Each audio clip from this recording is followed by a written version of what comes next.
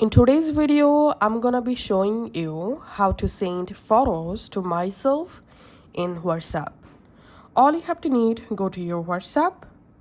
From your WhatsApp chat panel, tap on this new chat, and at the top of this contact list here, you will find message yourself option, or if you see this you next to your WhatsApp account number. So all you have to need, just tap on message yourself and you jump into your WhatsApp on account message page.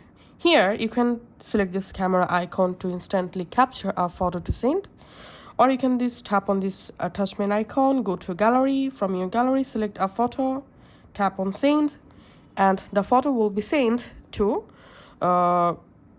yourself just like this. So that's how you can actually send photos to myself on WhatsApp.